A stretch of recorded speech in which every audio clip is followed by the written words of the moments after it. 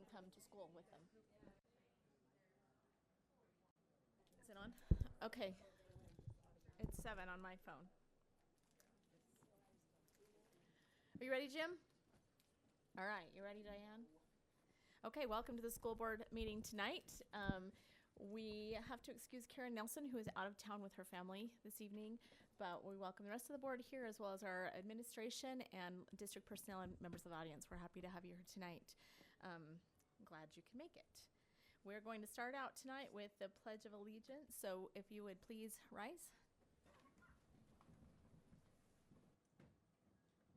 I pledge allegiance to the flag of the United States of America and to the republic for which it stands, one nation under God, indivisible, with liberty and justice for all.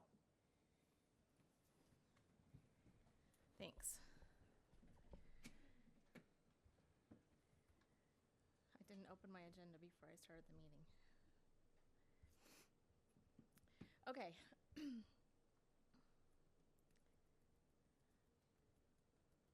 First on the meeting tonight are patron comments. Did we have anybody sign up? Okay, so next on the agenda is a consent calendar, which includes the minutes, expenditure, revenue and disbursement reports, personnel decisions, trust lands plans, surplus, requests for proposal, and the school resource officer agreements. Anybody want to pull anything from that consent agenda? If not, I would look for a motion. I move that we Turn your microphone on. I move that we approve the consent agenda. Is there a second? I'll second it. Moved by Carolyn, seconded by Julia to approve the consent agenda. Any discussion to that motion? All in favor? Aye. Aye. Any opposed? Motion carries. Thank you. Okay, information items. Dual language immersion, Brandy Mao. You're first up. Hope you didn't get too comfortable.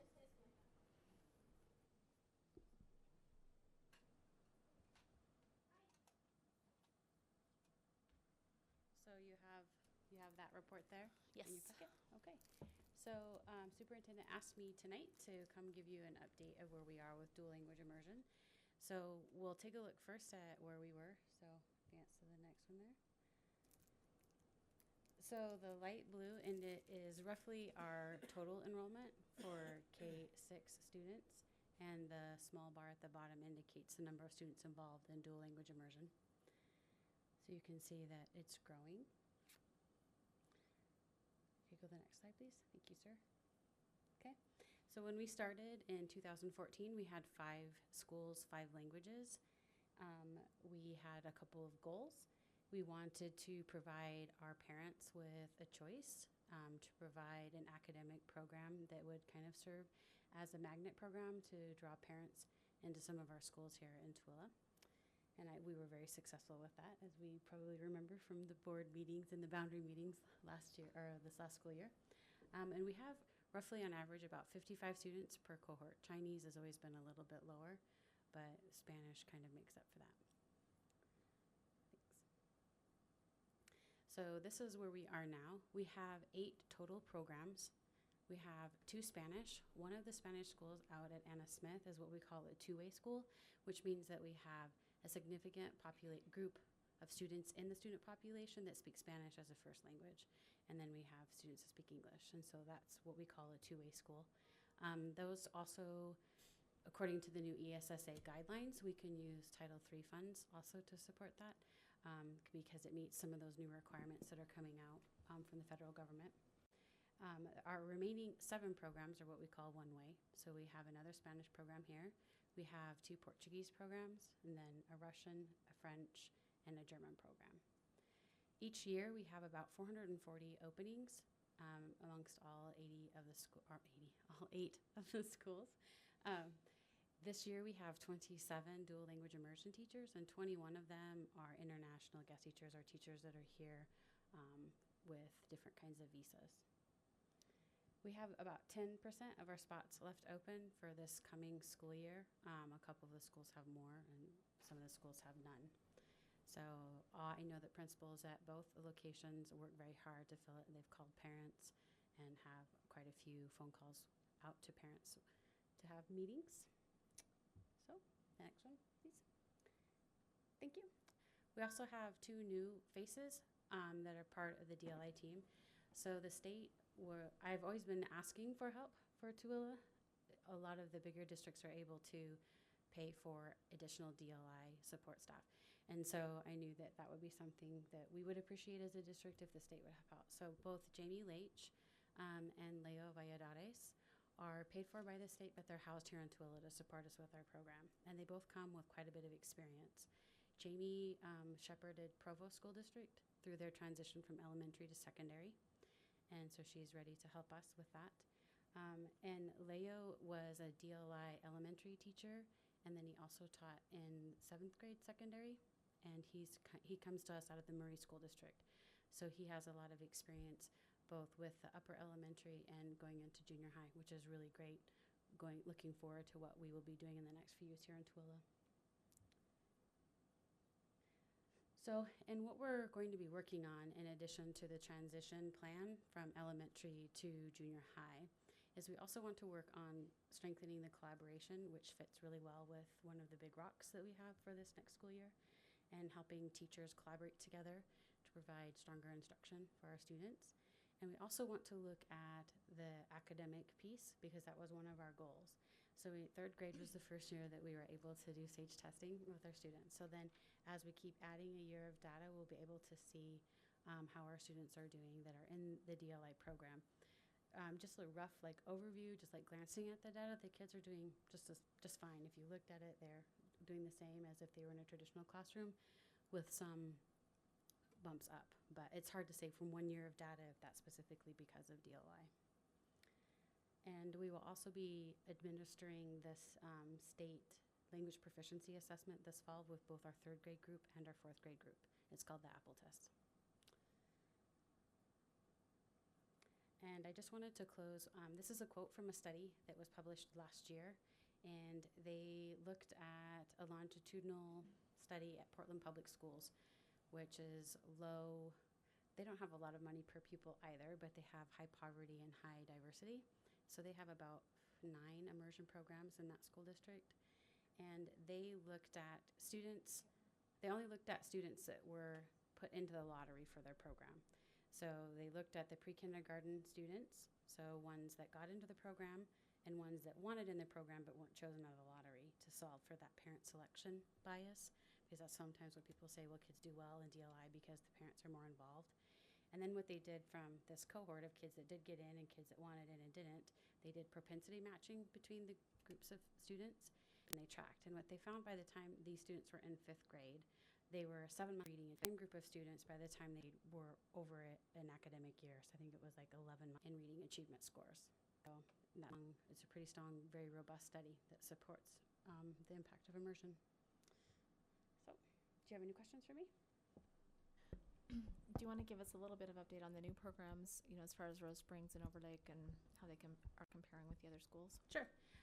Russian has about 50 students in it. He has a small I think we're pretty small going into 1st grade across the district. The teacher is up at the annual Utah Dual Immersion Institute this week up in Layton. So I've been working with her this week, and she's doing us very proud as a district. Still the only Russian? Mm-hmm. Yes. Yes, that's true. So, and then Rose Springs has had some hiccups. I think they're at about, it depends on, sometimes I hear 37, sometimes I hear about 34. So it's in the mid-30s. I know that we did 2 Portuguese promotion events at the end of the school year. We brought in capoeira, and then every kindergarten student had a little Portuguese demonstration lesson. And then Jamie Leitch, whose picture you saw earlier, called all of the parents that have students that attend Rose Springs and talked to them about immersion. And she collected about 8 new students from that. She left a lot of phone messages, and then Andy Peterson has been following up with phone calls on that too. So that's pretty small. It is pretty small. So will we get the kids, or what do we do in that? I think we will. I think we will get the kids. Andy said that he had about 15 parents he was waiting to hear back from. he said he had 54, was it 54 all together in first grade there? Counting that group? You better turn on your mic. Turn on your mic.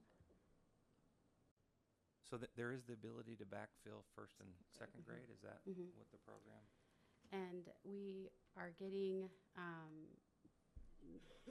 we're getting phone calls, and not like a ton, but with all of the new building that's up there, the charter school has a pretty large presence on Facebook when they post on that. So I know that that's something that we're doing a better job with too, and advertising what programs we have. A lot of, not a lot, I would say there's been a handful of comments from parents in that area that really want Spanish. And if they don't have Spanish, they want Portuguese. Or they don't want Portuguese, they want Spanish. And it's been difficult filling our Spanish positions that we do have. I know that the principals have offered to 6 different individuals, and for various reasons, we were turned down by 4. And then the 7th person, we're waiting to hear back whether or not they've accepted the offer for Anna Smith, 4th grade. So that really makes me hesitate to change anything to Spanish, given that demand. Usually what I tell parents is that speaking Portuguese really enables Spanish to be a very easy language to pick up once you're in high school, and Spanish isn't going anywhere. So definitely be an opportunity at the secondary. But I guess the question about Spanish hiring is what about just hiring at Middle Canyon? Hiring in Wendover, Middle Canyon was the one that also got turned down. well, that's, I guess my point is, Mhm. we should base the challenges of hiring not on Wendover. Wendover has its Sure. own unique hiring, whether you're Yeah. talking about We can't English hire or math Wendover or. anyway. So both schools actually had 2 openings this fall for this next school year. They hired, Middle Canyon hired 1 out of Wendover, which isn't a good habit to do, to always hire out of Wendover. And then the other position that they had open, they filled it only because, so Mexico grants quite a few guest teacher visas. And the guest teacher visas can be extended up to 5 years. But Mexico passed a resolution, their Board of Education and their their national legislature passed a resolution, and they rescinded all of the J1 extensions. So the teacher that we have at Middle Canyon that filled that last spot was someone that we got the very end of July, only because Jordan School District wouldn't work with her anymore with a visa, and we would. So we did a work visa for her, and we're waiting to hear, we should hear any day now whether or not that was approved. We're operating under the assumption that it will be. So it is possible that we will still have a vacancy at Middle Canyon that we can't fill. There are 103 Spanish programs in the state, and that doesn't include all of the other programs we have nationally that now are also competing for the international guest teachers. And that's by and large what we have staffed our programs with, our teachers from the guest program. They're great teachers. They come with this experience. They come fully licensed. They know speakers. They've been trained in the country. But we're not the only ones wanting Spanish programs. So. As far as visas go, I know last year we had some issues with the number of visas allotted. Did that change, nationally through the USDA? Yeah, actually, Senator Hatch helped us out with that. He lobbied on our behalf too. So they changed the UCIS, so the Immigration Services, changed an internal rule definition that they had regarding H-1B visas. So we were able to establish as a school district that we have an affiliation with the university through our CTE courses, through our student-teacher agreements, those things. And because we were able to show that, then we don't have to compete in a lottery anymore for those visas. Okay. So Other questions? I noticed that Renee had posted this week about that she had quite a bit of, or some interest, more interest this week in her dueling, or her program, Mandarin Chinese at Mhm. North Lake, but she still was looking for some openings, or had openings, but do you know where she's at as far as? She's in the low 40s for first grade. And that's where she's been traditionally, and then she'll add up to 47. I think that's the highest I've seen. And then I think for the first grade cohort going into second grade is still at 45. And so we still can add students in there up through Christmas of this year.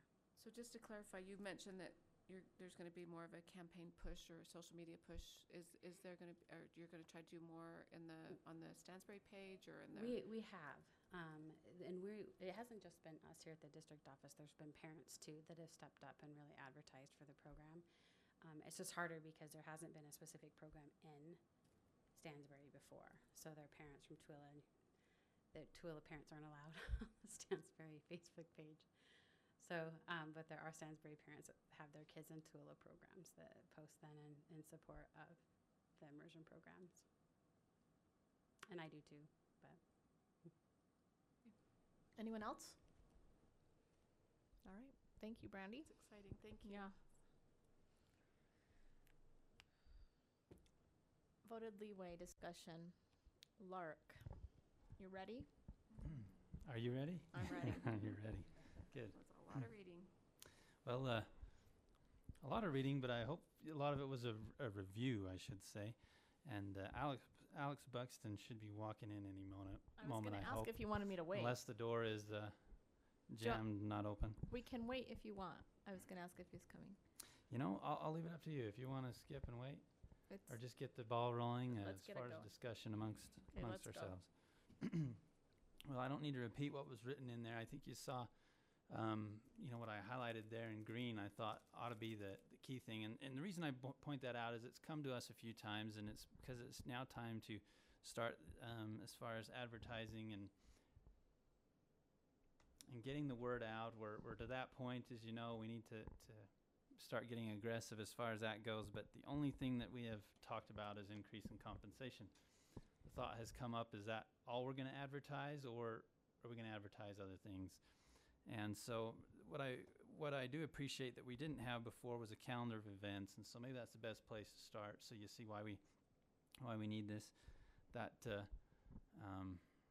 Jim, that just happens to be the COE attachment at the bottom. That Alex prepared, and similar to a bond election, yes. I mean, there's obviously some differences, and you'll see that here in a bit when you actually get to the voting upon the actual resolution itself. The language is a lot shorter and not as complex in some ways as bonding goes. But it does have some similar rules where we have to, of course, adopt it by August 24th. It's on adoption for today, which would meet that deadline. But the next big one we have is Friday, September 8th. And you can see that that's when we have to submit an argument in favor of the voted levy proposition that is put on the website. As you recall, then somebody can actually have an argument against or to a rebuttal to that and respond back and forth. So that's our next big deadline that we got to come up with that. We'll also use the same arguments. In my opinion, arguments 4 will be the starting point for the mailing pamphlet, voter information pamphlet. I have talked to Alex, and I've been told that that's not required in this, but if we want to get the word out and want to do it similar to how we have in the past, it'll of course, he put that on there just as because we felt like through our conversation we're used to that and want to get the word out. So I'll be quiet at this point and see if there's anything you wanted to discuss as far as ideas and strategies that we could put into those pamphlets and argument in favor of the voted local levy increase that would be beneficial and may be able to help us pass this in the election. Madam President, Go ahead. I just think it's important to note for those that are here and for you as board members that we really are leaving guaranteed voted leeway money from the state, matching funds essentially on the table. As you know, we're at 0006 and they're guaranteed actually to 0016. So there's 10 units that are left on the table. And also, I think it's noteworthy that we're not having truth in taxation. Of course, many of us read the article from KSL on truth in taxation meeting that was held in Granite to cover their salary increases. We too have the same need, and it's market driven, based on supply and demand. Demand is very high for teachers right now, and support personnel and administrators, and the supply is low. And so we're in a market situation where we're going to be losing if we don't stay competitive.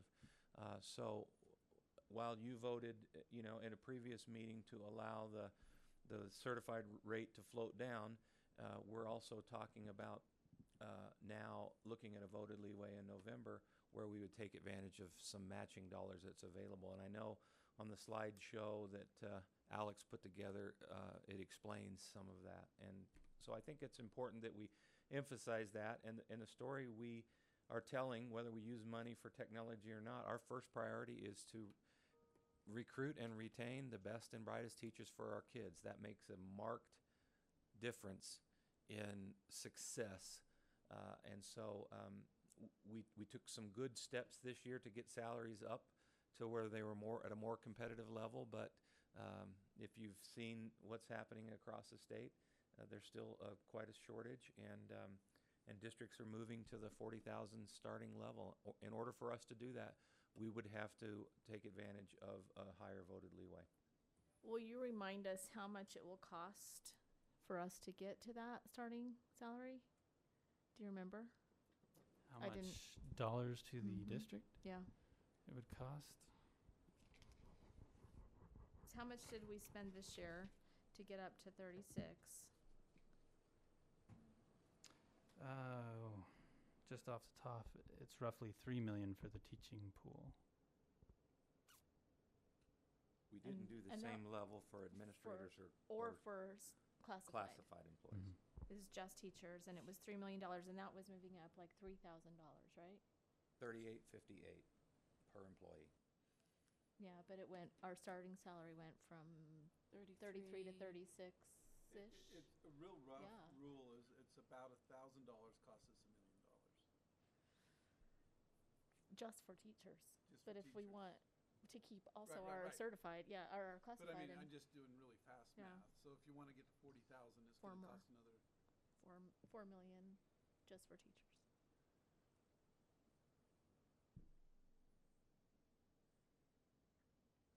It makes me a little bit sick to think we aren't getting this matching money. So, Okay. I've been in, along those lines regarding the matching money, I've been in state meetings where the comment's been made that if you're not taking that, the legislature looks at it and says, well, look, you have that opportunity. Do you really want the money? Because you're not even trying. And at least if nothing else, we've tried. But I think you almost have to. So I don't think there's a question about trying to get the matching money. I think you try that. I think the only question is what what you are got we in going to green. spend it on? What are you going to spend it on? And knowing the focus, there's two strategies. Do you try to sell everything in the kitchen sink, or do you just be laser focused and say this is all about teacher salaries? And if we just stay focused on that, this is a referendum on teacher salaries in Tooele, and we're behind, and do we value teachers in our community as much as other communities? And we can do this for effectively no cost. And if we stay laser focused, and that's our message, I kind of feel like if we start to dilute it with, oh yeah, and we're going to throw a few whiteboards in, or Promethean boards in, it kind of loses that. It's not Promethean boards in every classroom. It's not, if it was one-to-one devices for every student, that's a different message. But it's going to be, we're working towards one-to-one devices, doesn't sound like, well, my kid won't get it. It will be Yeah, I get what you're saying, and that, I think we all want to focus on salaries, but I would expand it to employee salaries too, maybe. Of course, we need a high emphasis on retaining teachers, but I would like to be able to give the other employees a little bit more as well. But here's the question, and Terry, I'm putting you on the spot, so if you don't have data right in front of you, I appreciate that. But do we have challenge? I'm sure we have challenges because all industries are having challenges in hiring, but my wonderment is a ratio or proportion. Are we having exactly the same kind of staffing challenges we do with classified, or is it proportionately less? Just kind of. It's a small proportion less. It's not as demanding as our teaching staff. But, when you get into the skilled trades, obviously, yes, that's going to be right up there. So when you're talking about the teaching staff, yes, it goes a long way for that staff, but we also want to have And not equitable just kind of as other distribution. employees. We're just, I have 10 openings in my office today. I would hire them if I could find them. So it's not like that's it's unique for that non-licensed skill set. Yeah, it seems to be a little more segmented. If you were to say transportation drivers, it's very difficult. Cooks, custodians, a little bit easier to come by. So it really depends on the actual skill that we're looking for. But yes, there's the highs and lows, yes. Madam President? Yes. I would add that administrators, there's definitely a shortage of administrators and a high turnover, and we need to be very mindful that I have someone that goes to church with me that said, gosh, I'd love to work here, but Granite gave 12% increase, and I'm just not able to do that. So we need to be very mindful that if we want to attract the best and brightest principals, and we've had some move from outside of areas to this area, and there's not been that much, there's not been a huge financial increase or an incentive to draw them. So it's going to become more and more critical as we have a lot of administrators that are retiring and aging. I can't remember what it was, but Alpine School District and Granite School District, I mean, the number of administrators they were looking to hire was in the hundreds. So as that turnover happens, positions for administrators are going to become more and more competitive. So all certified positions, and really that's our focus, is to be market competitive and to attract and retain the best quality people for our kids. I mean, that's what we want to do. So. Okay, other thoughts? Or do you have something, Mark? I just wanted to add that Alex came in, so thank you. We're putting up your calendar of events here, but wanted to give him credit. I think we can shorten it if everybody feels the same way. I mean, we don't need to drag it out. If you want to stay with a laser focus and just keep it on this one topic, we can advertise that way. Just want to make sure everybody feels that way. Alan? I guess my thinking on that is, because we're going to be asked, well, do the numbers actually match up? Right. You know, Right. and it's so just along the lines of what Marisa was asking about. If we're asking for the full amount on the voted leeway, and it's going to cost $3 million to increase teacher salary, but Four. or $4 million, just using hypothetical numbers, but the actual dollar amount is $7 million. I think there's going to be a lot of reservation about, well, what's the remaining $3 million for? You can always put it inside. I mean, that's just one classification or pool. Or talking we can about go here. over 40. I mean, there's nothing, Yeah, because we next, don't I mean- have to stop. guess what? Next spring, every district in the state, it's going to be 42 is going to be this magic number. It's not, and so. The other complaint we've heard is about our benefit package being one of the more expensive benefit packages.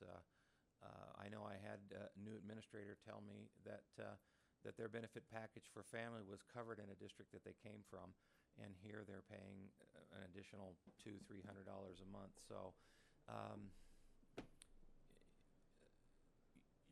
we need to make sure that our salaries are competitive and that we're keeping up with the market demand, but we also have that whole benefit side of the total compensation. And that's fine. I mean, I do think, I have family who are teachers, so I want to be sensitive to this, but I do think there's a dollar amount that we could hit where we're just not going to be able to generate support in the community to pay our teachers a starting salary of X dollars. And I don't know what that amount is. But as long as we have a vision, even if it's all related to compensation, and it's benefits plus salary plus administrator improvements. But for me, it's been hard to complain about equalization when the first thing the legislature asks is, well, do you take a full voted take leeway advantage that of is this, guaranteed? I was just on that equalization committee, and that's the first thing they asked me on the committee is, does Tooele take advantage? I'm like, well, we're trying to. But And that- until it we did come do, up. it's Until hard. we We're do, on our we way. are not going to get it. But But our to- market value obviously is a challenge for us to keep up with Wasatch Front because we just don't have the market value. But to Alan's point, I think that as we proceed, it would be important to be very specific, back to that focus and saying, we're asking for this, and this will mean, X, right. $5 million is going to go to salaries. A typical teacher will see an increase of approximately, and be careful and don't rope us in too much, but approximately 3,000. or percent, Yeah. or whatever, however, $3,000 a percent. and other staff will see this, and our goal is to help lower some of the benefit costs by this. But whatever that is, but I think we need to have well thought that through, so when it goes out, it's not just trust us with $7.5 million. We'll find the right place to put it. Right. I don't know if everybody, excuse me. Go ahead. I thought it was interesting after the Granite, vote and watching the KSL blow up and reading comments. And sadly, I think it's no different than in our situation. People are misunderstood, or maybe misled, or don't maybe quite understand funding. But there was a lot of backlash about the high-paid administrators, the high-paid board members, that they were just slamming, on at least some of the comments that I read as I read through some of the comments on the KSL article. And I do think there is still a misperception about our administrative costs and how really minimal they are. But I do think that's real. Sadly, whether it's true or not, that's the perception, that administrators are way overpaid, and so I'm not saying how we address that in this situation, because we like you said, we're competing with the Wasatch Front, and that needs to be our elevator speech. But I think that we really need to focus on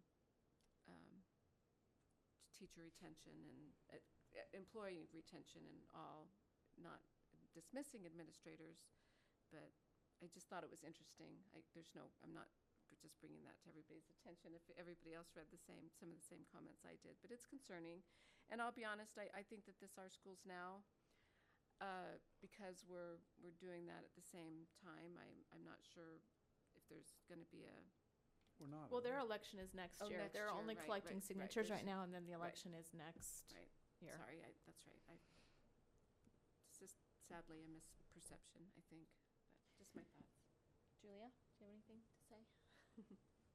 Turn on your microphone, though. I like the laser-like focus, and I think all employees, we need to compensate them all, but I think we need to laser focus on teachers, because I think that is what people are looking at. That's who affects their kids, and I think that's a better potential way to get the bond passed. Is there a way for us to, I mean, I haven't really thought through this, but just mobilize teacher support in a way that's going to get us there? Because, if we're the only ones going around talking about the importance of teacher compensation, I'm not sure the atmosphere is right for another tax increase. But if we've got all of our teachers who are talking to their neighbors and making pitches, I'll that's remind a you that different we story. had a discussion That's that when we went to 37,000, many of you thought that wasn't enough and that we should go to 40,000.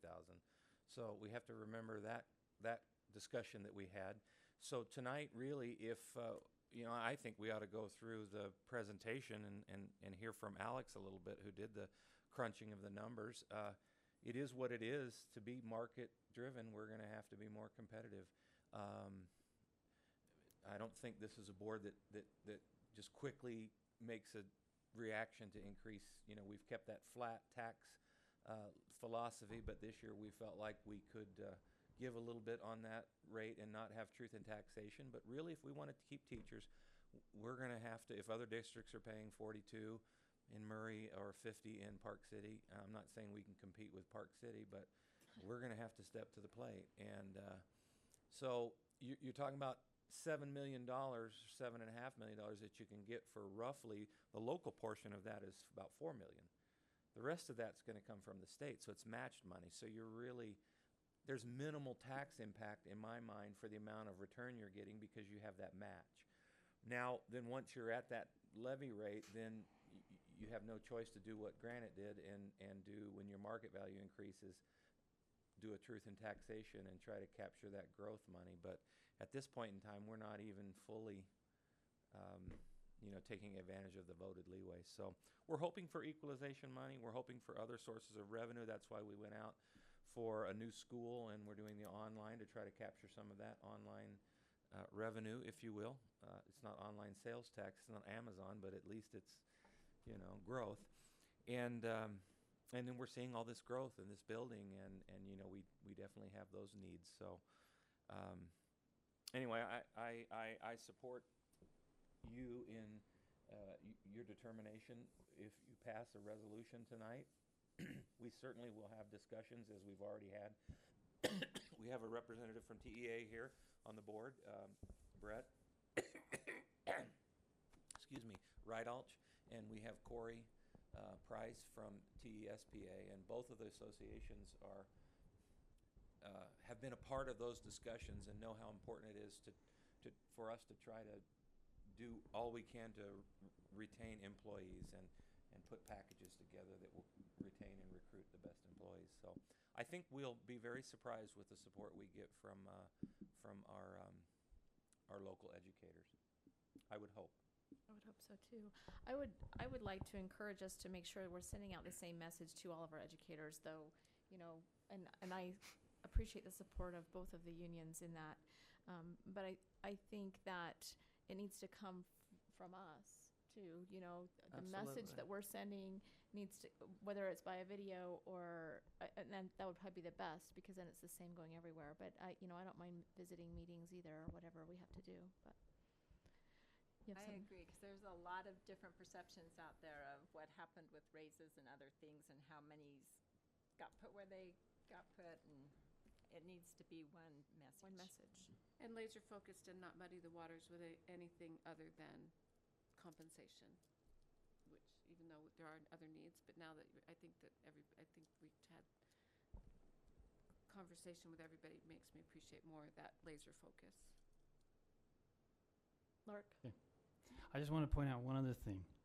That's all right, and it's because if you check this today, whenever Diane posted it, I guess it would be afternoon. If you haven't checked since noon yesterday, you wouldn't see there's an item in the executive section of your packet, and I asked it to be put there because we haven't released it yet publicly, but we wanted to show you what a goal was of some of the things that were talked about in there: a starting salary of 40.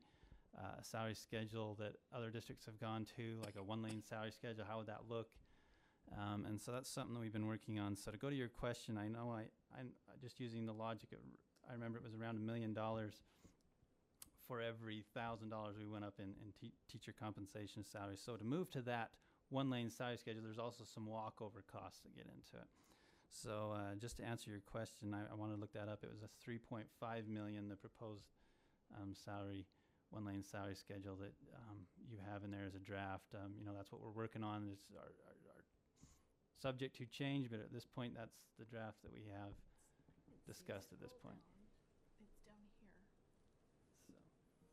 We're also working, Madam President, on new salary schedules to show what basically a proposed draft of salary schedules, not just for teachers, but for enhancements to the classified salary schedule and to the administrative salary schedule that are roughly the same. They're in the 7 to 8% range, or and so depending on whether you do a flat amount or whether you do a percentage amount, it's roughly right in that range. So in order for us to be competitive, we also, so beyond that 3.5 million, it will cost, and we don't have those figures at this point in time, but it will cost an additional 1 to 2 million to bring all of our groups up to that same level, if that's what. And this money can be used for that. Right. And so, and that was the work that we've been doing this summer. We did meet with TEA quite a bit to look at, and that salary schedule doesn't stop at 15 years. It actually is a 40-year salary schedule, and we're able to pay more money for additional endorsements or hard-to-fill areas or hard-to-fill endorsements and, teaching positions, those content areas. So that's similar to what Davis and several other districts have done with their salary schedules. And gosh, when you look at the top of that salary schedule and it shows 80,000 versus what we currently have right now, which is 59, that's over the life's, over the career for those educators.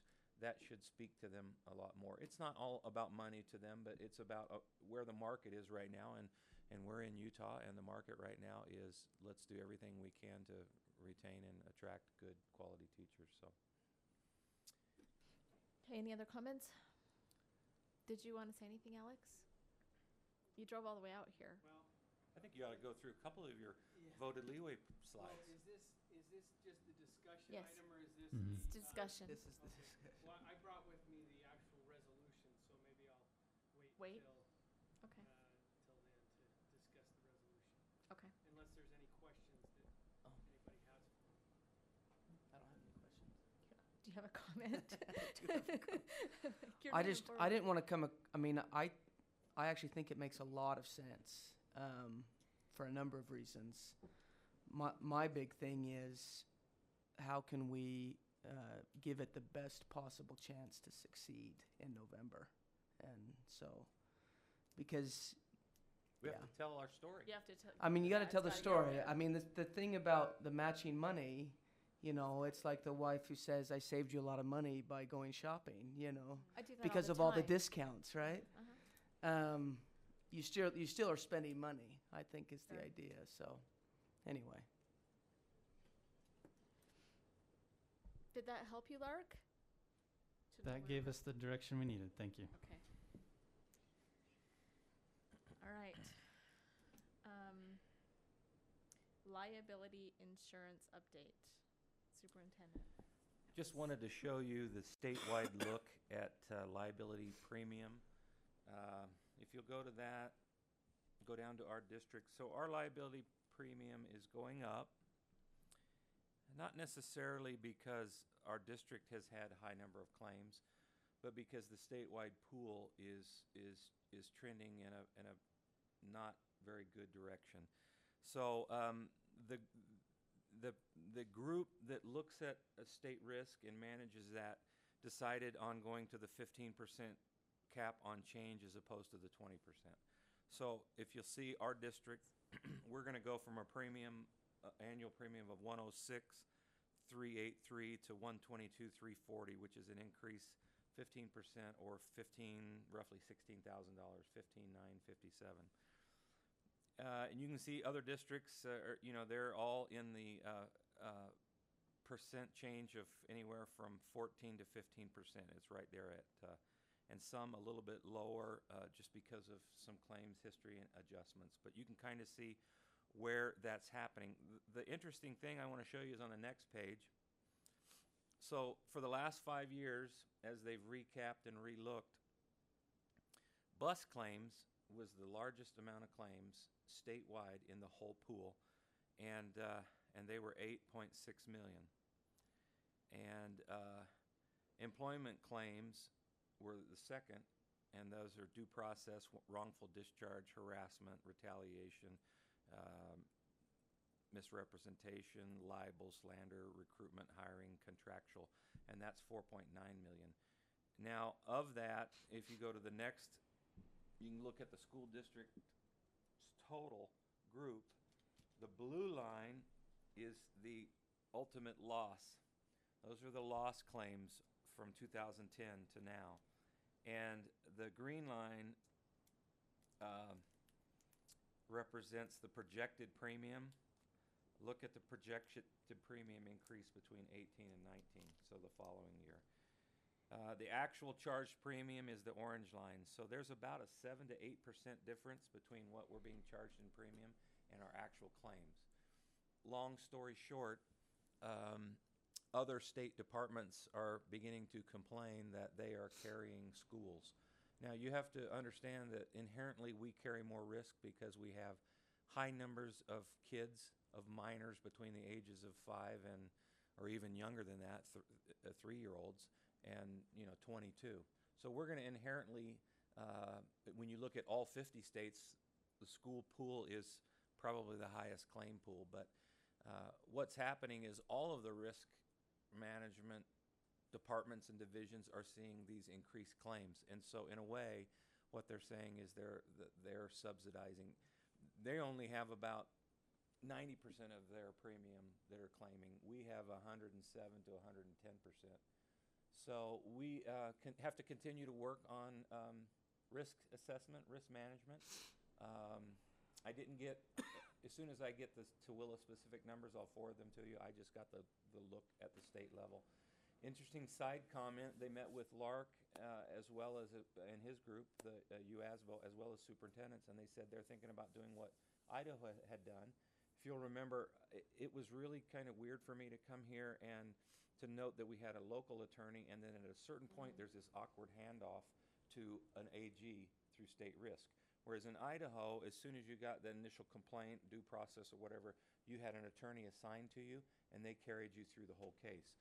More like a case management kind of a scenario. And the AG's office and risk management are looking at doing that as a strategy to try to keep risk and claims at a lower level. So the pool doesn't look good. We're going to see increase this year. We'll probably likely see an increase next year.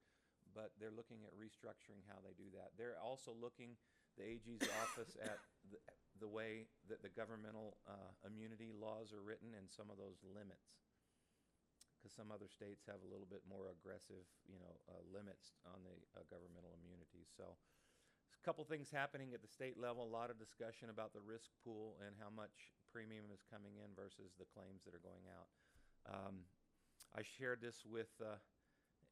It's also consistent with our experience that bus and transportation has been high, and then employment action has also been high as well.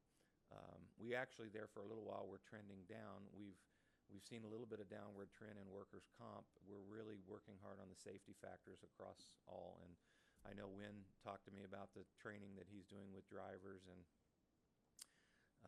that kind of a thing to keep kids safe when they're on those big yellow buses. So.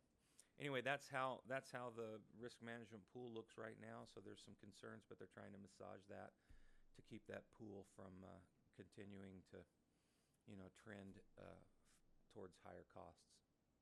You have any questions for me? This was just presented last month at the superintendent's meeting. Interesting. Yeah, it is interesting. It was interesting to try to compare our district To others. size-wise, to similar size-wise districts. Any questions? All right, thank you. 5.4 assessment results. Deb, you are up. Another great read. That's okay. I'm fine. Good evening. And apologize, there's a lot of results there. In the past, we've been able to do some over 2 meetings, but without the July meeting. And then I did just get word today, we are on target for end of August, information appearing in the Public School Data Gateway, and a September 6th public release of accountability reports. So I needed to also make sure you can see some of this preliminary information. Next month, I'll have the accountability reports. So, did provide you with end-of-year SAGE results. Again, those are preliminary results. There's no accountability rules applied to those. So any student who was in our district during the testing window and took the SAGE test, those results are in there, whether they were with us for 2 days or 162 days. And once those accountability rules of 160 days are applied, some of these numbers will change, these percentages will change. Reminder that SAGE is just one of multiple measures of a school performance. And also so I provided you two different ways of looking at those.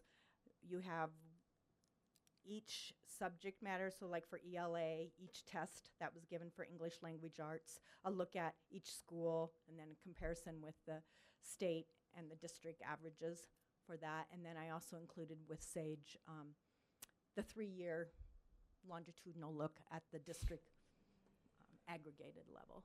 So any questions on the SAGE specific? It's pretty, it reports very similar to what you've seen in the past. Numbers change up or down, but reports are pretty much the same. Moving on to the WIDA results, wanted to include a couple different looks at WIDA this year, rather than just reporting on the number of students that we have that take a English language acquisition assessment. Also wanted to report on, this is the first year that students were assigned a target score that they were expected to meet. And so I gave you information on the percentage of our students in our district that did actually, in fact, meet that target. Those will not be reported on this year's accountability reports. If you recall, accountability reports that come out in September will look very much the same as the last few years. But starting in 2018-19, the following year, we'll have new accountability reports. And whether or not those EL students met their target will account for 13 points on the overall school points. So just wanted to start giving a heads up and thinking in terms of are our students meeting their targets. Wanted to give you information on that. Any questions related to the WIDA? And that bottom graph is just our current, what our expectation, or what is in Aspire right now for going into 2017-18 school year, the number of students that we have who English is not their first language, and the current English developmental levels that we have. So that one has some different look to it than you may have seen in the past. The Dibbles report, very similar to what I've provided. The 3 benchmark periods, the number of students and the percentage of students meeting benchmark with just core instructional support. Those are the numbers in the green. The yellow are students that did not meet benchmark and would need some real strategic support in order to do so in the future. And then the red, students that would need intensive support in order to predict getting them to proficiency levels. So those, and just in case you've forgotten, there's a tab for each grade level too. So that's a rather long one too, but it does give you a look by school. That leads into the end of 3rd grade, our uniform growth goal, the UG. We have not received official word on that. I expect if Data Gateway is going to be populated by August 25th, that any day now we should be receiving that official determination of whether our district met the uniform growth goal. And from the report that I've given you, it looks like we certainly have. We only need the 47.83% and it looks like we're well. We're going to be sitting well on that. Again, though, just this is all preliminary, and so wanted to just give you a look at that. And then finally, and this is one we usually do in a separate meeting, but the ACT district profile, very similar to what you've seen in the past with a few different graphs and charts in there. They're still reporting a 5-year trend information, as well as our district-specific averages related to the overall composite scores, how our scores are actually distributed across the different score levels. And then the last 2 sections, sections 3 and 4, are beginning to cover more and more of the college and career readiness, and, including the impact of course rigor. And that comes from self-reports by the students on a pre-testing day survey that they fill out, as does section 4 on there, which is their career and educational aspirations. So those reports look a little bit different, but very much same kind of format and reporting information. Madam Chair? Yes, go ahead. Deb, so as I was looking at the ACT, and I thought it was interesting. The profile? Yeah, the profile. So we're seeing more and more of our kids are taking the ACT, of course. 'Cause Numbers. Yeah, number-wise as far as that. But it looks like our average composite, I'm looking at figure 1.1 Which for the ACT profile. 1.1, okay, the average 1.1. composite scores for our 5-year. So our testing. composite score is up from, well, it was 18.8 and then 19.1 and 19.3 and then 19.2 last year or the year before and then 19.4. So it looks like We've been hovering you right know, around that 19. we were hovering around the 19.5. 19, which is just a little bit below, like a 0.5 below the state level. Because But they we are continue seeing to also growth go up. as more kids are taking the test. Which is good. And So- we're, as the state is trending up, we're following, in that slight amount of improvement there. You have to have is it a composite that's 18 and above in order to have that count towards points, towards new accountability? Where was that cut off? Those were, have yet to be determined, but are still in the determination. But it's the percentage of students meeting each subtest has a college benchmark score. So So not it's the a percentage of your students meeting On the subtest. of the subtest. It sounds yeah. like the USB isn't sure what they want to do. And that actually. is true. And as we kind of finish up with end of year, last year results, just what I'm sure you all are aware, but also had an email today confirming that, the vote Friday was to revert back to SAGE testing for grades 9 and 10 next spring. They also included, the assessment department included a very nice transparency document, a 2-page transparency document on all the issues that fed into that, and an explanation of what that really means. So I'll be forwarding that out to our leadership so that we can get the word out. And I will include you on that email so that in the event you would entertain any phone calls or any questions, you'd have at least that to refer to. And it's very, very transparent, very fully I just know that our high schools informational. have spent a lot of time doing additional work around ACT and college and career readiness and test prep and that kind of a thing. They've got courses running at different schools, so they have put a lot of effort into seeing and hope that trend continue to. And we will still be administering the ACT to all 11th graders in the spring. Nothing has changed there, so they'll have that But free 9 and opportunity. 10 will not take the Aspire, Correct. ACT Aspire. Thank you. Any questions? It's pretty straightforward, and Yeah, it it sounds is. like we'll see you Lot again of next month. I know. It's always a pleasure. Thanks, Deb. Thank you.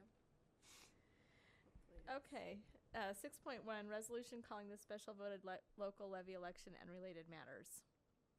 Now, do you want to say anything? Sure. Okay. Lark does too. I can see him getting ready. Art, would you like to go first, or? I was just going to, either Jim can get it or I'll pull it up here. Just wanted to show the official ballot language, getting right to the juicy stuff, right? You probably want to see what that is. You need me to get out, Jim? Okay. Once it comes up on the monitor here. But just want to thank Alex and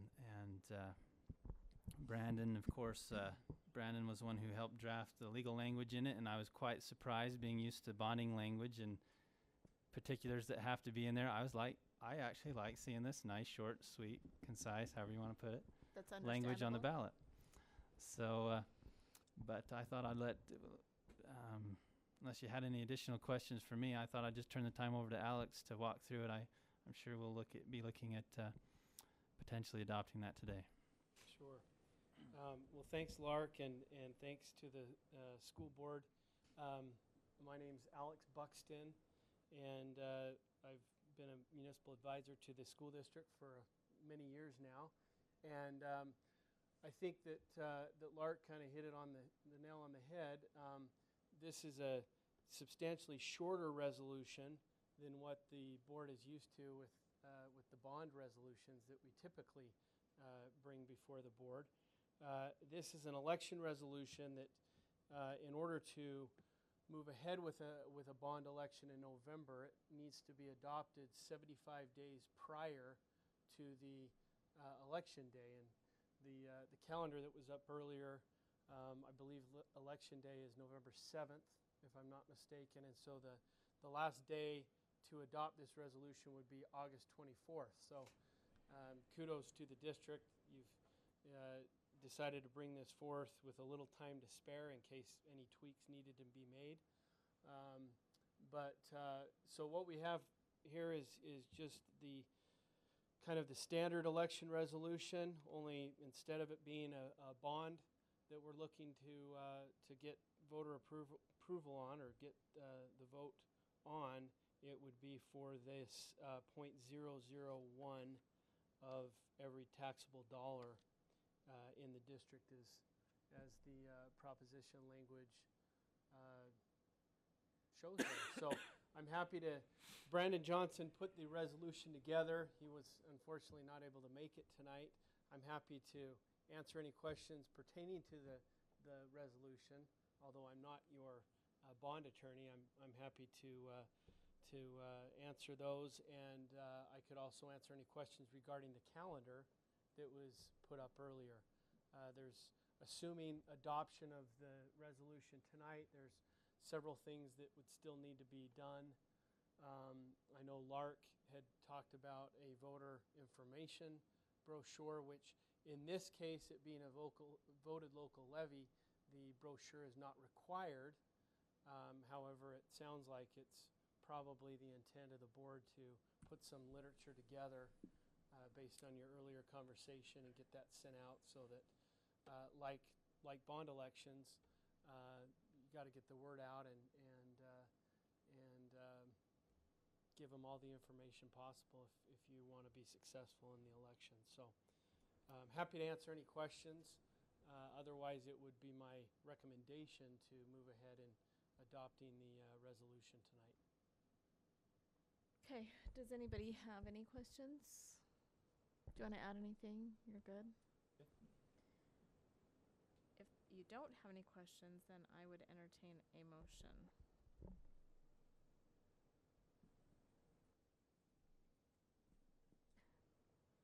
I move that we approve the resolution providing for the holding of a special voted local levy election. I'll second.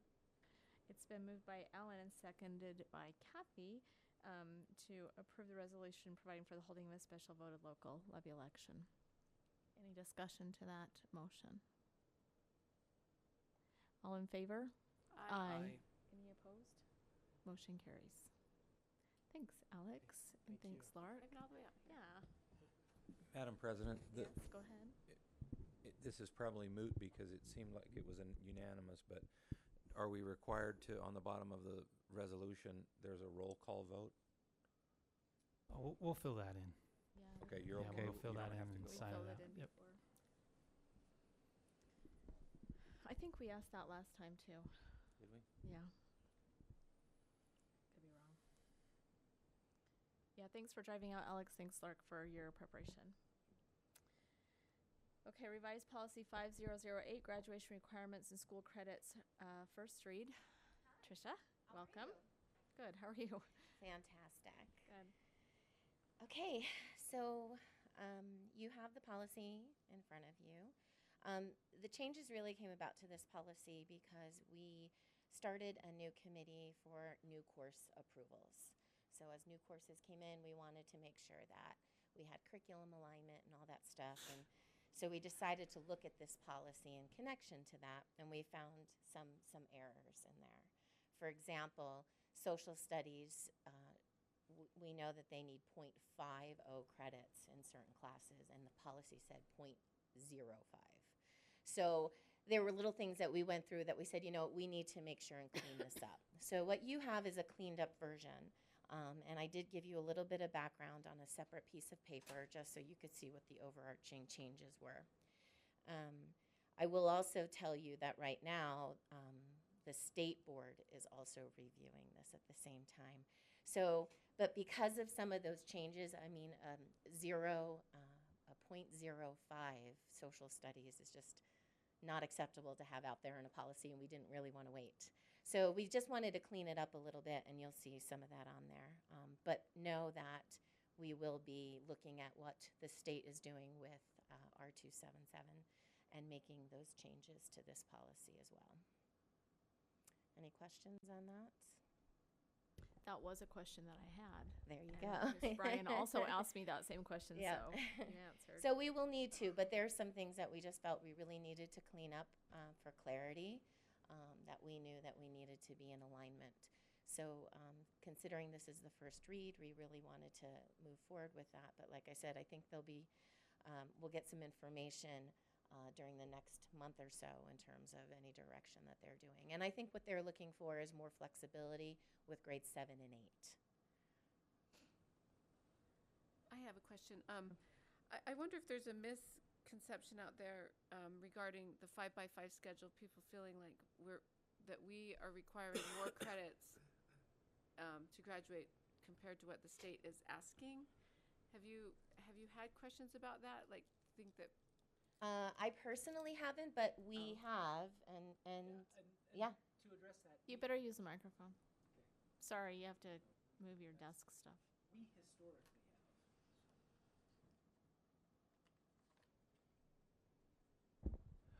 We historically, as a district, have asked students to earn more credits than the state has required. The state has a 24 credit requirement. For years, our requirement's been 28. So, yeah, there has been some concern about that, but then there's also been comment about it's nice to have the extra classes and extra opportunities. Right. I was just curious Yeah. if you had heard more or are getting. I mean, I think it's again. I think Yeah. it's a No, I don't say a misperception because we Yeah. are asking for a little bit more, but I think that there's confusion as to Yes. the. We prior to going to the 5x5 asked more than the state minimum. Yes. So we've always asked a little bit more than the state minimum. Mhm. So as far as our district, graduate credits required, so. Yes. And if you remember, I think we've only, even though they have the opportunity to earn quite a few more every year, we only move the graduation requirement up, not up proportionate with the number that they would Right. earn. Yes. that We they moved it up because we Right. didn't want to make it so that it was a hurdle that people couldn't. We wanted to raise the bar, but not to the point where people couldn't Right. reach the bar. Right. So if I remember right, first year we went up 1 when they added 2 possible credits they could earn. The second year we added 2 credits when we added 2 more credits. So in the first 2 years, we've added 3 to the requirement to graduate when they've actually earned or had the ability to earn 4 more credits. But I think along with what you are talking about, which is 2 separate things, is the discussion item that you received. Because out of this conversation, we did start to talk about, and I'm going to probably ask for Bryce to help me, Blue Peak and our adult ed program. But that's a separate issue, but I think it's one that we really wanted to pick your brains on. In terms of how we can address that, because we're losing a lot of our kids to adult ed because of the change in requirement.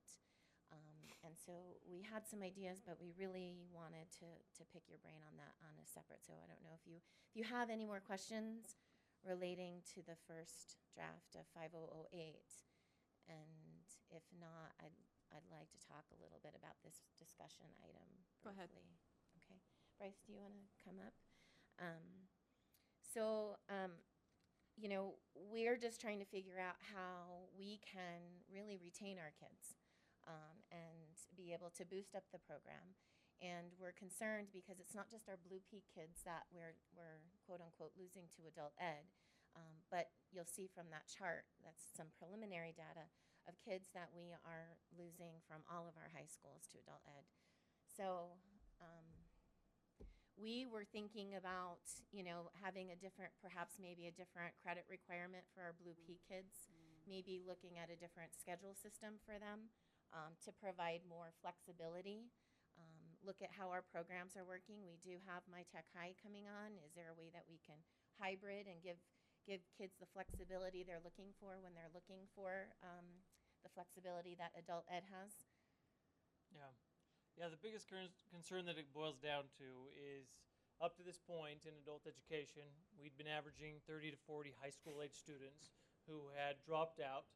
And it's important to understand that when a student goes from one of our traditional high schools, Tooele, Stansbury, and they go to adult ed, that is classified as a dropout. If it's an alternative student, it's not quite a dropout, but in the point system that's a little bit different, it counts as a half of a student. And so with that, it just was known that you'd lose some students to adult ed.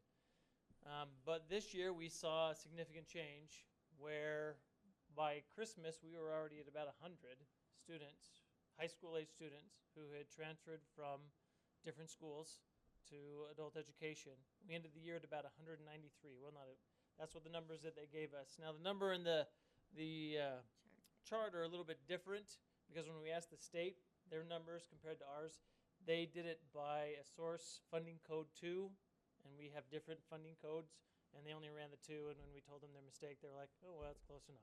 So The numbers don't quite jive, but it gives you a little bit of an idea on, you can see where some of these students are coming from, and it's not just Blue Peak High. The struggle that we had at Blue Peak, we noticed this year, is in every year past, when you have a student leave for various reasons, move or different things, every month we would go to CMT and we would look to fill that slot with someone from one of the other schools. And this year, the other schools just didn't have anyone to present to us that were juniors and seniors. And so that's why you might have noticed at the Blue Peak graduation, we were very small.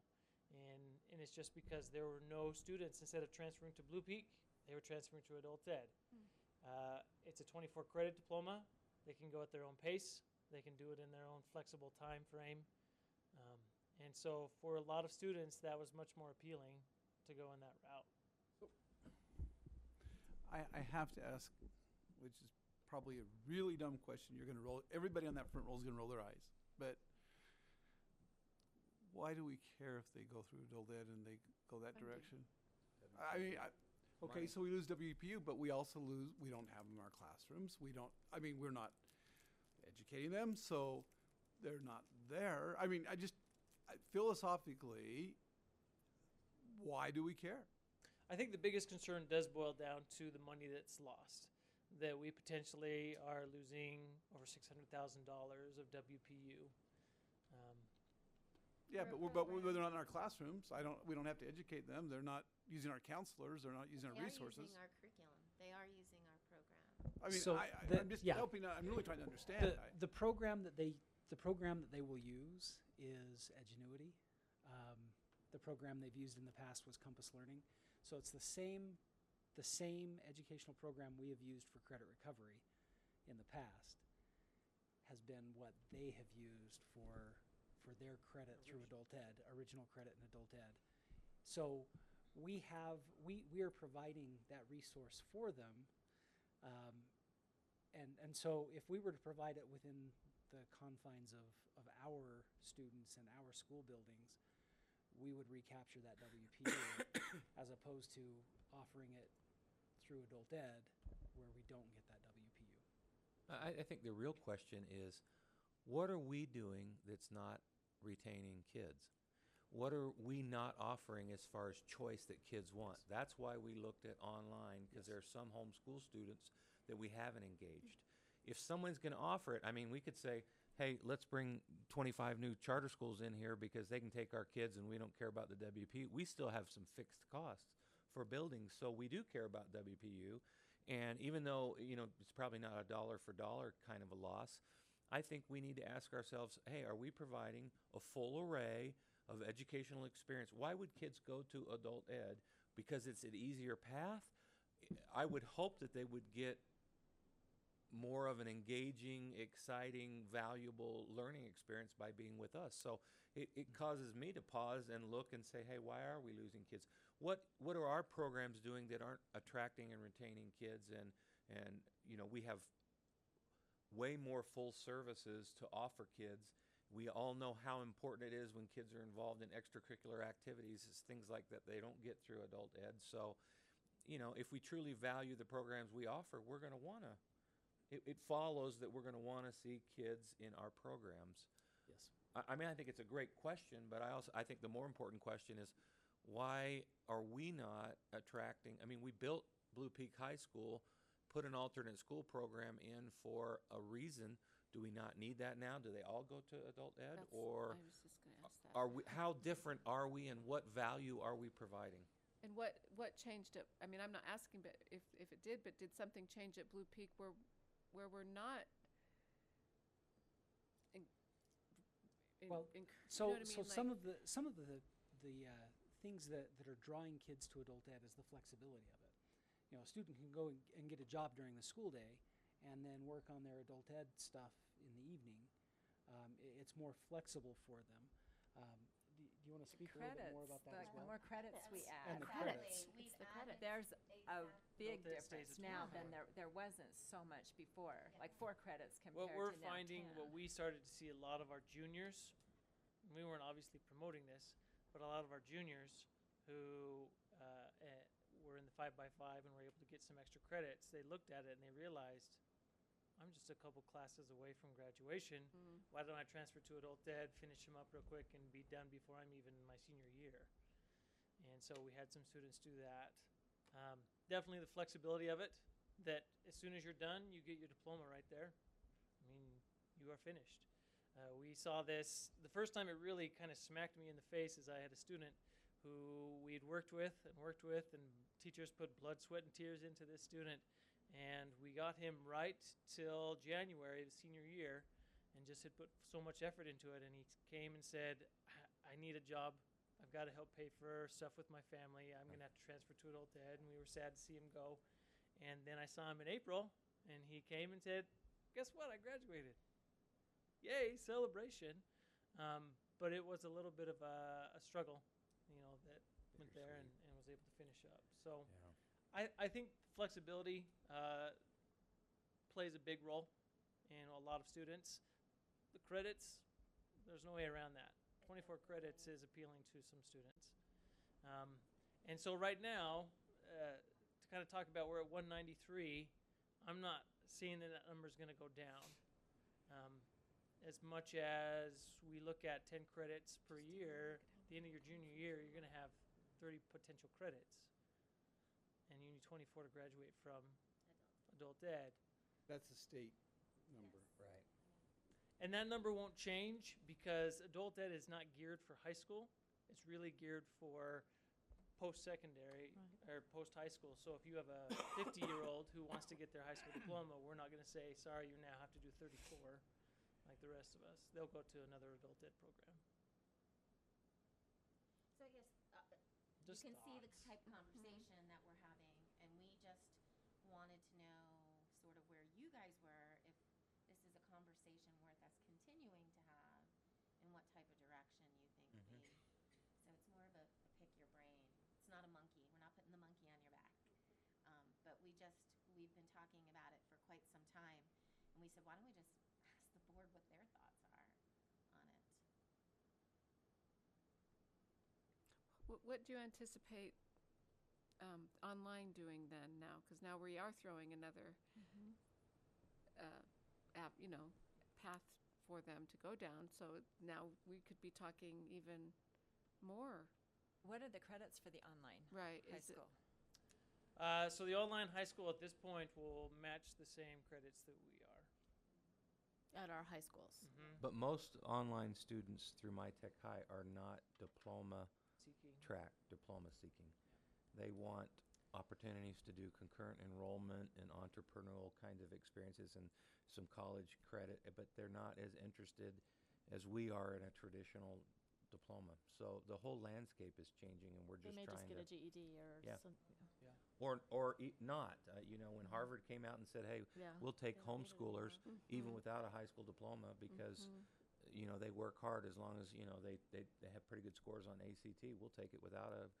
You don't even have to fill it. Many universities don't require you to fill out where you graduated from high school. There's a school in our state that allows no diploma now too. So we have, and those are 2,000 students that we didn't attract to our district anyway. So they're new. We may lose some of them, but those are students that we didn't have that we didn't fill a niche that lined with their needs. What we're talking about is we used to be able to meet the needs of these alternate school kids, and now that's shifted, and we have a different.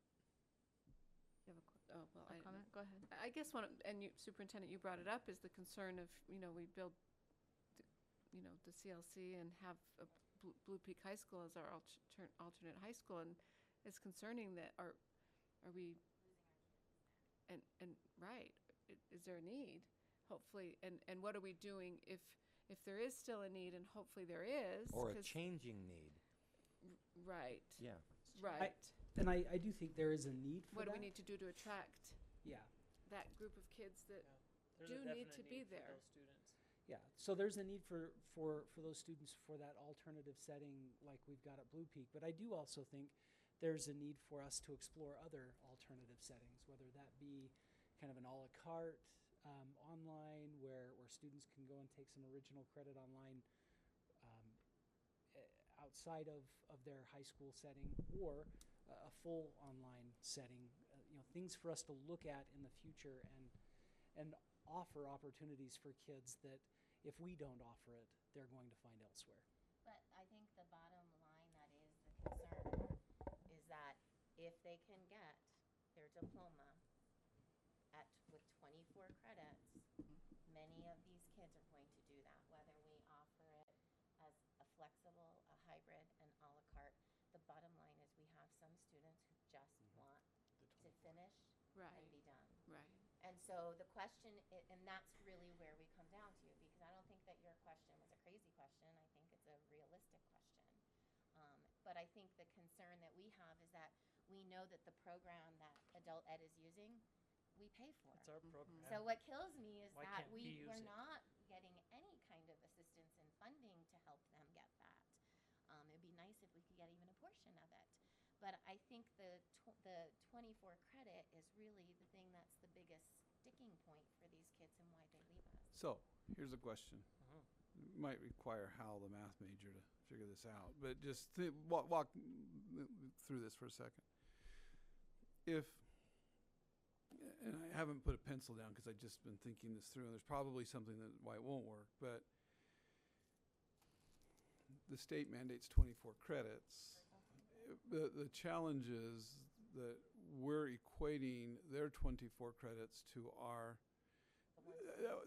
one of our credits is, if you will, equivalent to one of theirs. Correct. And that's probably not truly the case. If we were just for argument's sake, a 6 period per semester district, you would only graduate, you would take 4 full years to get to 24 credits, right? I mean, it would take you all 6 of your classes all day long for 4 years to get to 24 credits. Correct. So if we were to call ours units or some other mythical whatever, and they equate to a credit, especially with the change in graduation credits that are coming, so that if you took a full year of English, Yes. you're not going to get 1 credit. You're going to get, that's where the math comes in, Hal. 375% of a credit, you're getting 3/4 of a credit. You're getting 1 unit, but 3/4 of a credit.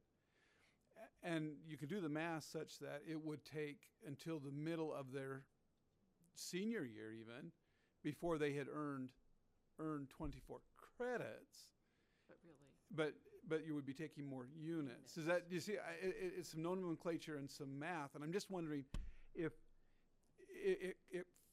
we're not, because we're effectively giving more credits in a year than what the state would and it would require some thought on math, and I don't expect you to do that right here, but it's just an idea to go back if you're brainstorming. Yes. And effectively, we could make it so our students could only earn, or would only earn in their freshman year of high school, maybe 7 or 8 credits.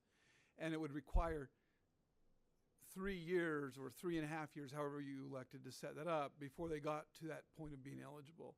And the key is that we're not calling these 10 classes each year credits, but rather they're units. Again, and just kick that around. We're not going to solve that one today, but Well, part of that, because they need to have units on, like English For- 9, 10, 11, 12, and they wouldn't be able to. But you're correct, but I guess we could maybe back into some of those other things. Again, it kind of depends what the state does. It sounds like the state's kind of loosening up some of the mandates. This is what I've been hearing on the news. With For the junior 7 and 8, high. I'm not sure, but I mean. But it's just Yeah. something that we could play with, and it might be that they have to actually take a 5th English class. Does that make sense?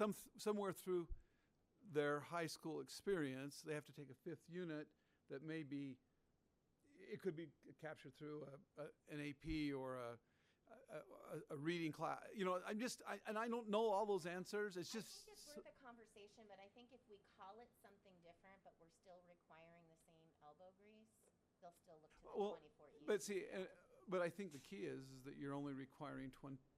You are. You're only able to earn this. We can slow down the earnings by a ratio. I may not work, and you all are smarter than I am, but think about that. Because that may be just as simple as just, you can't, it takes more of our equivalent units to earn a credit than, it's not a one-to-one ratio. I get what you're saying, but to me, that just makes it even more difficult in my mind, and I think, then I just won't do it. I'll still go there and get. Well, but what I was hearing was, these students are saying, hey, time out, I'm only a junior and I've already got my 30 credits, so I'm done. I'm out of here, and that's why we had an under 93 bail. What is it, 16 when they can enter into adult? Yeah. Yeah. 16. I mean, I don't know, I don't know, Marisa, and it may not, Well, I think anything's worth a conversation. I just thought I would, if this is a conversation, I'm just throwing it out. Yeah, I mean, we're here, we don't expect the answer. If you have the answer, that'd be great, I'll take The it. other question with that it would be interesting to see is how our credits transfer to adult ed and how they work with that. The other thing that Oh, and that's, maybe it only has to happen if they transfer to adult ed. If you go to adult ed, we're only gonna give you 3/4 to 1, a ratio, and yeah. But the other question is then, are they just gonna go to another adult ed that is on the same track, and we still end up losing them? Because everybody offers adult ed. Right, and it's I think you've got some Yeah, good if they move ideas, to but- another district. But then we would say, then we're gonna transfer your credits at this ratio. The only time they become full credit is at the point of graduation. I don't know. Sounds like when I transferred colleges and I had to go defend every class I took and get all my credits. Well, if the goal is, Yeah. I just, it's a thought. Kick it around.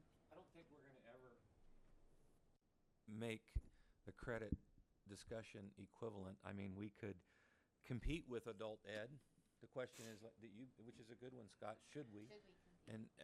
And, and actually offer whatever, minimum 24. or basic diploma versus Right. a standard diploma. Right. You know, there are gonna be some that don't care about that. There are right now who are taking Utah Students Connect or Connections Academy or My Tech High or whatever that really don't even care whether it's 24 or 36. And so we're just in that time and age where one size of education doesn't fit all. And so what we're trying to do is offer, you know, a variety of things from a la carte to full-time brick and mortar to full-time, you know, online. So it's just kind of the growing pains, and we're in a way competitive market for students as well. Well, to some degree, I just think we should offer, I mean, maybe we do have to have different types of diplomas because there will always be some kids who don't want to do the normal school thing. And I don't know that that's bad. You know, yay for them like you said, yay for him that he got a degree. Yep. And we should be happy about that. Maybe we need to set something up more at Blue Peak that is a different type of school for those kids because there will always be kids who want to stay in regular school and do football and chess club and whatever else they do. And I like the idea of more of a menu, you know, that we can meet the needs of the kids that we have. And I think that's what really spun this on, is to talk about, you know, not just the obviously the credit changes because of the schedule, and Blue Peak is an alternative high school. You know, should they need the same schedule? Could we look at things differently for them? It's an alternative high school for a reason. They're not on the 5x5, are they? They are. They are, which is why they've increased the amount of credits that they're earning each time. But the So- alternate school, it begs the question, of maybe the alternate school has an alternate to our standard schedule, which is 5x5, and there's an alternate. I also think we're gonna have to, gosh, when you look at our remote schools, if we did, there's definitely room to do more online classes for those kids that we can't offer or find someone endorsed at Dugway or at Wendover. Right now, Wendover doesn't have a math class, a math teacher. So we're going to have to look at doing something on Edgenuity and have one of our teachers here teach math and broadcast that out to Wendover in order for those kids to get math. The same theory could apply with Edgenuity and online learning at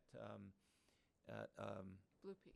at Blue Peak High School as far as an alternate schedule, an alternate way of learning. Even pushing back do you have to come at 8 in the morning? Can you take a morning job and come at night and do the night school thing? You know, how flexible are we going to be with learner needs?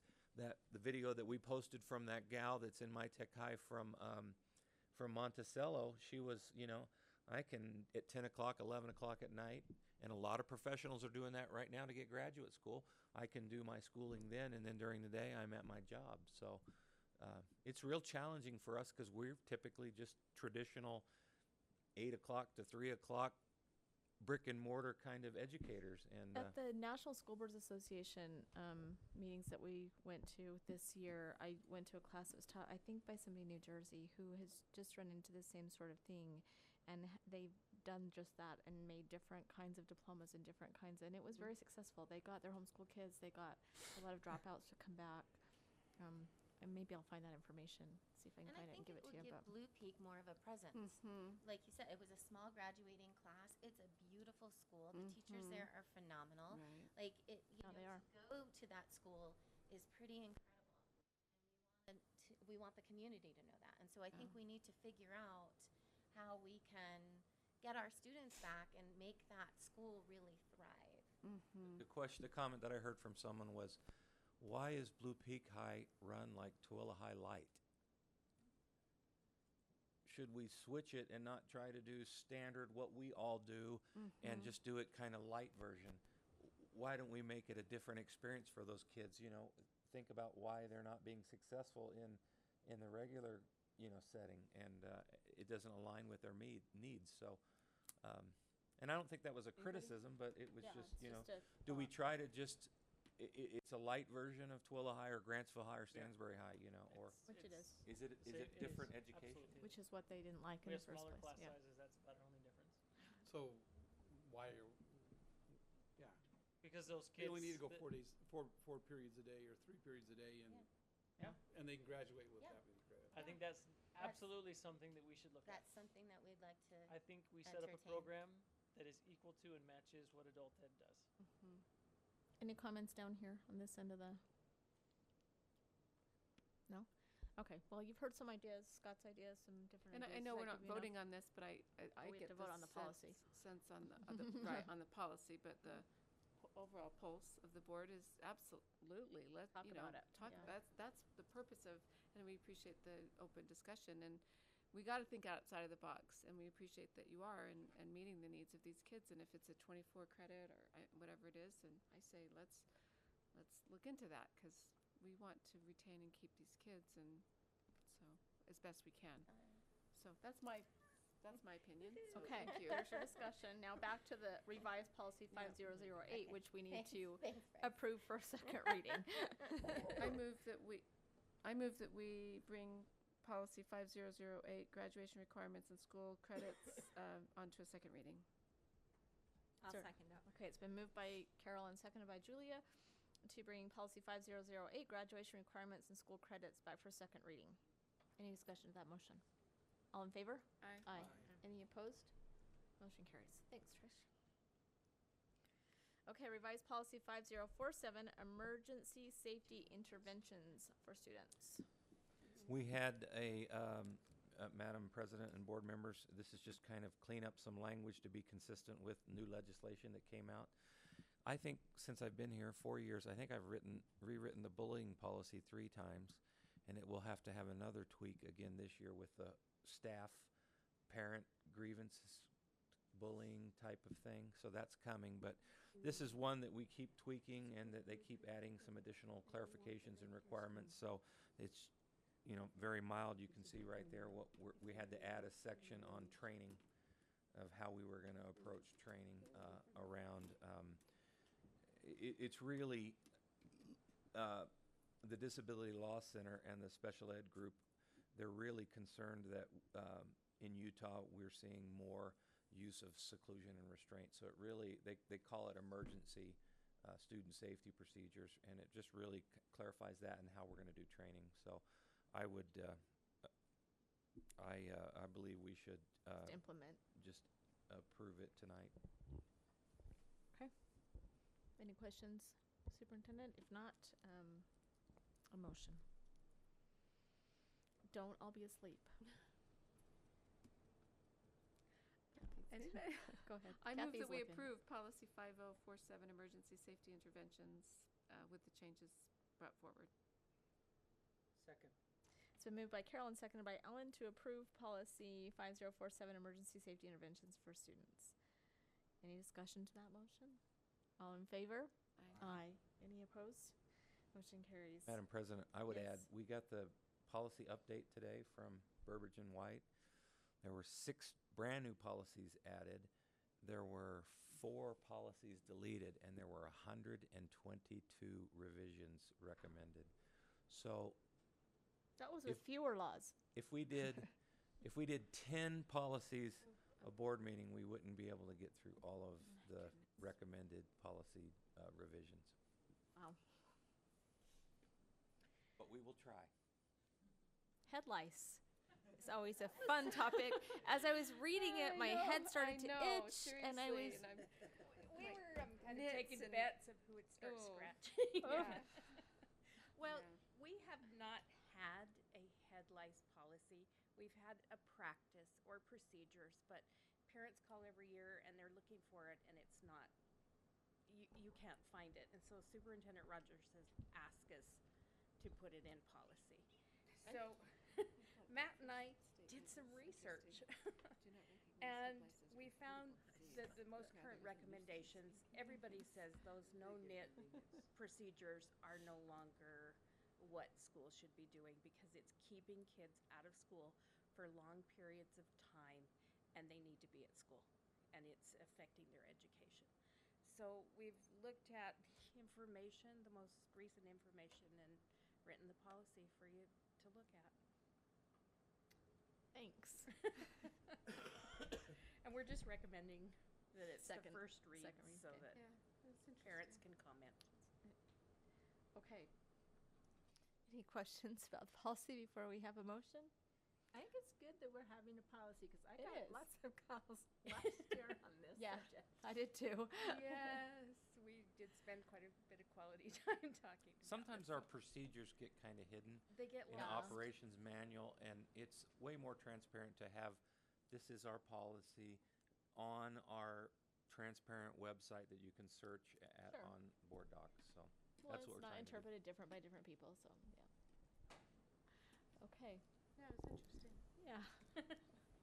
Do you want to make a motion then? Knit Make and a a, is a motion. knit and a lice the same thing? A knit One's is the egg. like an One's egg. the actual bug. I'll make a motion we previously- adopt the policy on lice. For a second reading or for adoption? For a second. I think we should just adopt it. I don't know why we need to delete it I 2 or think we 3 should have it. times. It's not gonna change. Maybe we should get just some comments, because Yeah, there's I a lot think of we parents should out there have that it. have Yeah, issues with I this. think we should So I have it. think we need at least just one Let's more. bring it back. One Let's- more In read. case That's that why I said, second I think it Okay. Okay. Don't mean to change your motion. Well, I changed I the kinda motion do. to make it second reading. Okay. Second up. It's been moved by Kathy and seconded by Julia Lice is lice. to approve the new policy on head lice for a second reading. Any discussion to that motion? All in favor? Aye. Any opposed? Motion Been carries. dealing with lice Thanks. since I started teaching for 38 years. I've been retired 18 and they're still talking lice. It's not going Doesn't away. go away. There's still lice. change to the lice problem. Okay, new policy, website and social media. All right, I was just informed I have like 3 minutes. I need to get you out of here by 8:40. Why? I don't know. I'll second that motion. Good call. We don't currently have a policy with guidelines of continuity for our websites or our social media. And over the course of a year, I've just found that we really need one. And so if you guys, I do have a couple of suggestions as we're going over it.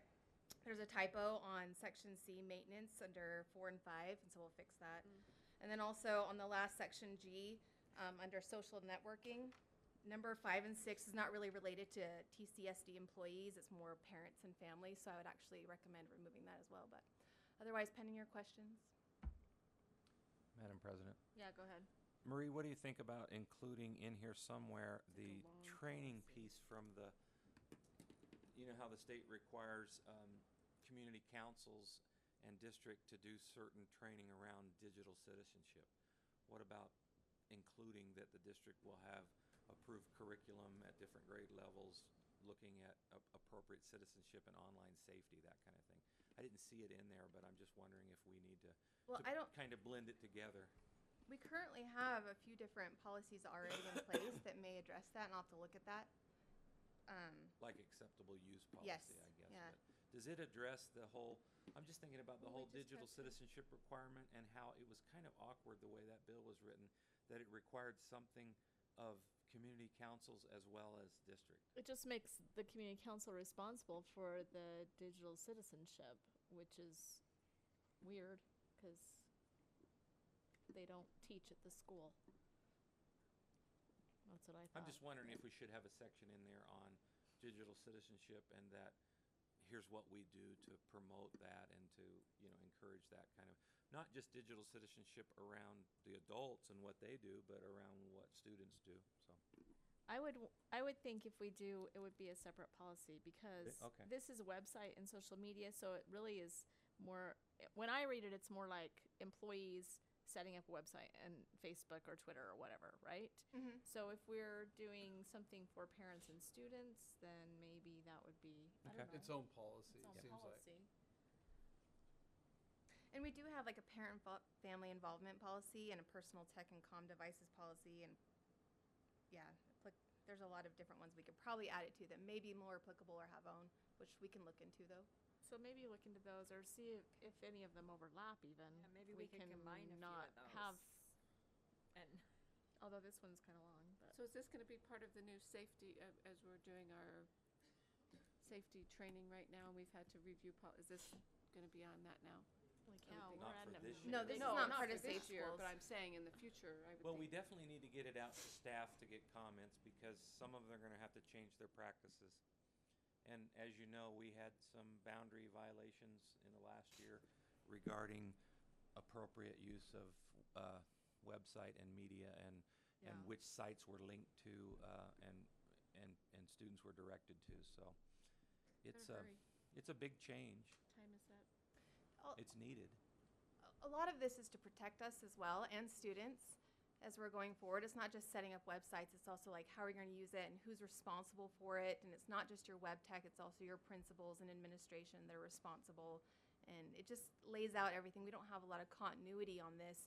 And so you find that you have 20 different Twitter accounts for Tooele High School.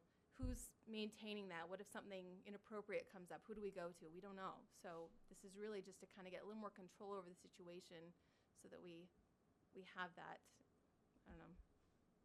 The reason I thought about digital citizenship is because really number 7 is digital citizenship, personally identifiable information on, that for kids and just the dangers there and students not having email addresses and physical addresses and things like that. And but I understand it's more directions towards the staff than it is the student Right. learning, but. I do have a question though about social media accounts because like you mentioned Tooele High School having 20 different Twitter accounts.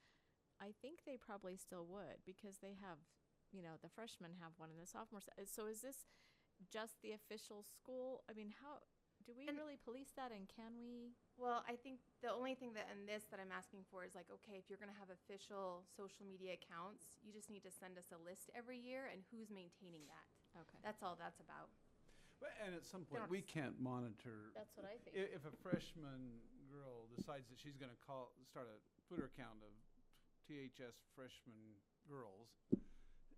Well, they have all kinds of them. But there's absolutely nothing we can do to. But it's not official. But it's not official. Ours. I think that's.